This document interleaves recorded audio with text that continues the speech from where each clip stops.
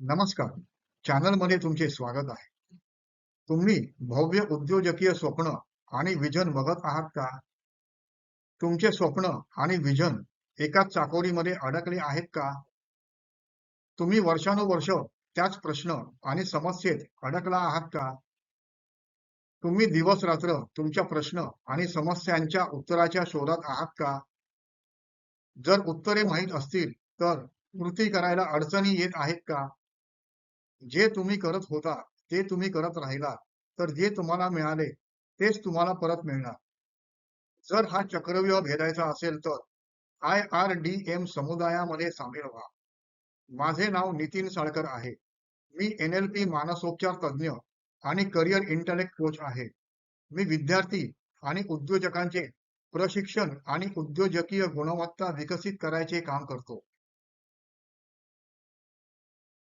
आजचा video marketing बद्दलच्या भ्रामक कल्पना आणि मार्केटिंगची योजना काय असायला पाहिजे याबद्दल आहे. तुम्हाला कमी ग्राहक, कमी नफा, कमी बाजार हिस्सा, व्यवसाय विस्तार, ग्राहकाचे स्पर्धक कंपन्यांना प्राधान्य, व्यावसायिक संधी गमावणे, निष्ठावंत ग्राहक, ग्राहक संबंध ठेवणे, मजबूत ब्रँड याबद्दल काळजी वाटत आहे का? याचे उत्तर हो असेल तर तुमच्या मार्केटिंग योजनेमध्ये कमतरता आहे. तुमची मार्केटिंगची योजना अपयशी ठरते कारण तुमच्या ग्राहकाला त्याच्या समस्येबद्दल आणि तुमच्या उत्पादन सेवेबद्दल माहिती नसते. त्याच्या समस्येबद्दल आणि तुमच्या उत्पादन सेवेबद्दल ग्राहकाला जागरूक करायचे टप्पे खालीलप्रमाणे आहेत. ग्राहकांचे अज्ञान. ग्राहकाला त्याच्या समस्येबद्दल माहिती नसते.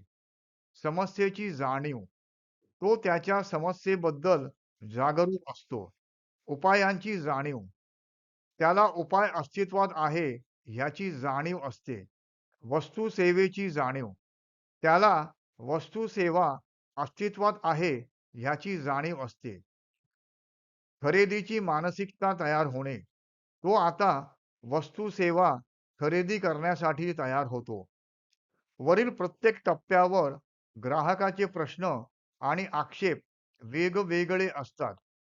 परंतु तुम्ही विविध प्रकारच्या ग्राहकांसाठी समान मार्केटिंग प्लॅन तयार करता.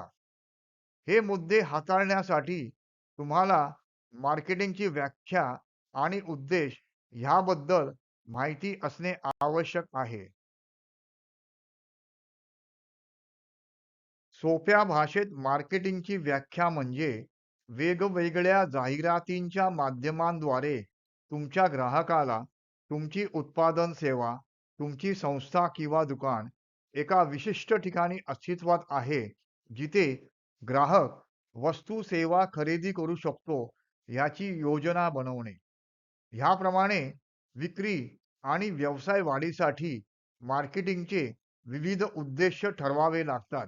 जसे क्लायंटला तुमच्या व्यावसायिक कौशल्याची ओळख करून देणे, तुमची वस्तू आणि सेवा आणि त्यांचे वैशिष्ट्य दाखवणे, तुमची वस्तू आणि सेवा स्पर्धकांपेक्षा सर्वोत्तम का आहे, तुमच्या विविध ऑफर, ग्राहक संबंध आणि ग्राहक टिकवून ठेवण्याची योजना, फ्रँचायझी संधी ह्याबद्दल माहिती द्यावी लागते.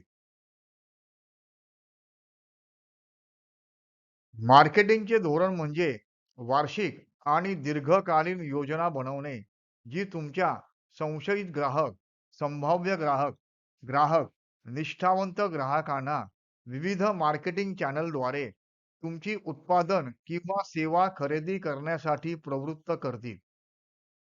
मार्केटिंगच्या धोरणाचे प्रमुख घटक म्हणजे ग्राहक निश्चित करण्यासाठी संशोधन करणे, तुमच्या वस्तू सेवेचे वैशिष्ट्य ठरवणे, तुमची वस्तू सेवा स्पर्धकांपेक्षा श्रेष्ठ का आहे हे ठरवणे, प्रमोशनमधील इमेजेस आणि मजकूर, मार्केटिंग चॅनल आणि बजेट ठरवणे, इतर व्यावसायिकांशी सहकार्य करणे, क्लायंटकडून मिळालेला अभिप्राय जमा करणे इत्यादी असतात. एकदा तुमचे मार्केटिंगचे धोरण ठरले, की पुढचे पाऊल म्हणजे तुमचे मार्केटिंगचे चॅनल ठरवणे. ते तुमच्या मार्केटिंगच्या बजेटवर अवलंबून असते. साधारणपणे ऑफलाईन किंवा ऑनलाईन असे 2 मार्केटिंगचे चॅनल असतात. ऑफलाईन चॅनल म्हणजे ज्यामध्ये मानवी संबंध असतात, जसे विक्रेत्याची नियुक्ती करणे, प्रदर्शनामध्ये भाग घेणे, ग्राहकासाठी इव्हेंट आयोजित करणे, जनसंपर्क सल्लागाराची नियुक्ती, तोंडी प्रसिद्धी, वितरक आणि किरकोळ विक्रेत्यांची नेमणूक करणे, जुन्या ग्राहकांकडून संदर्भ मागणे, संलग्न व्यावसायिकांशी संबंध प्रस्थापित करणे इत्यादी. ऑनलाईन चॅनलमध्ये सोशल मीडिया मार्केटिंग, प्रिंट आणि electric media, mail marketing, blogging, लेख वगैरेंचा समावेश असतो. एकदा तुम्ही तुमचे मार्केटिंगचे धोरण आणि चॅनल ठरवल्यानंतर पुढील महत्त्वाचे पाऊल म्हणजे ग्राहकांच्या मूळ समस्या आणि आव्हाने ह्याप्रमाणे व्हिज्युअलायझेशन आणि डिझायनिंग तयार करणे, ज्यात संदेशांचे मजकूर आणि लेखन करणे, संवाद, वाटाघाटी आणि सहयोग कौशल्य शिकणे, सर्जनशीलता, टीकात्मक, तार्किक आणि विश्लेषण कौशल्य शिकणे, प्रश्न विचारण्याचे कौशल्य शिकणे इत्यादी मार्केटिंगचे कौशल्य विकसित करावे लागतात. तसेच विविध तंत्रज्ञानाची ओळख करून घ्यावी लागते. तुम्ही कृत्रिम बुद्धिमत्तेच्या व्यासपीठांचा वापर करून घेऊ शकता. तुम्हाला खालील पायऱ्यांनुसार मार्केटिंगची योजना तयार करावी लागेल. ग्राहकाला जागरूक करणे. ह्या टप्प्यात तुम्हाला तुमच्याबद्दल, तुमच्या व्यावसायिक पात्रतेबद्दल, उत्पादन सेवेबद्दल, स्थानाबद्दल, वस्तू सेवेच्या वैशिष्ट्याबद्दल, जुन्या ग्राहकांचे प्रशस्तीपत्र इत्यादींची ऑनलाईन किंवा ऑफलाईन मार्केटिंग चॅनलद्वारे माहिती द्यावी लागेल. ह्यामुळे तुमच्या ग्राहकाला तुम्हाला आणि तुमच्या कंपनीला निवडण्याचा आत्मविश्वास निर्माण होईल. संभाव्य ग्राहक निर्मिती. ह्या टप्प्यात तुम्हाला Google फॉर्म, सर्वेक्षण, प्रश्नावली इत्यादी तयार कराव्या लागतील, जे ग्राहकांच्या विविध प्रश्न आणि समस्यांवर लक्ष केंद्रित करतील. ह्या टप्प्यात ग्राहक तुमचे उत्पादन किंवा सेवा खरेदी करण्यासाठी तुमच्या संस्थेशी संपर्क साधेल, परंतु तो तुमच्याकडून वस्तू सेवा खरेदी करणार नाही. ग्राहक निर्मिती हा असा टप्पा आहे जिथे ग्राहक तुमच्याकडून उत्पादन आणि सेवा खरेदी करतो. ह्या टप्प्यात संभाव्य ग्राहकाचे ग्राहकामध्ये रूपांतरित करण्यासाठी तुम्हाला आणि तुमच्या विक्रेत्याला संवाद, वाटाघाटी आणि विक्री कौशल्य विकसित करून घ्यावे लागेल. मार्केटिंगच्या जाहिरातीनंतर तुम्हाला खालील प्रकारे विश्लेषण केले पाहिजे. किती संशयित ग्राहकांना भेटलात? किती संशयित ग्राहकांचे संभाव्य ग्राहकांमध्ये रूपांतर झाले? किती लोकांनी प्रस्ताव मागितला? किती लोकांनी प्रस्तावाला प्रतिसाद दिला?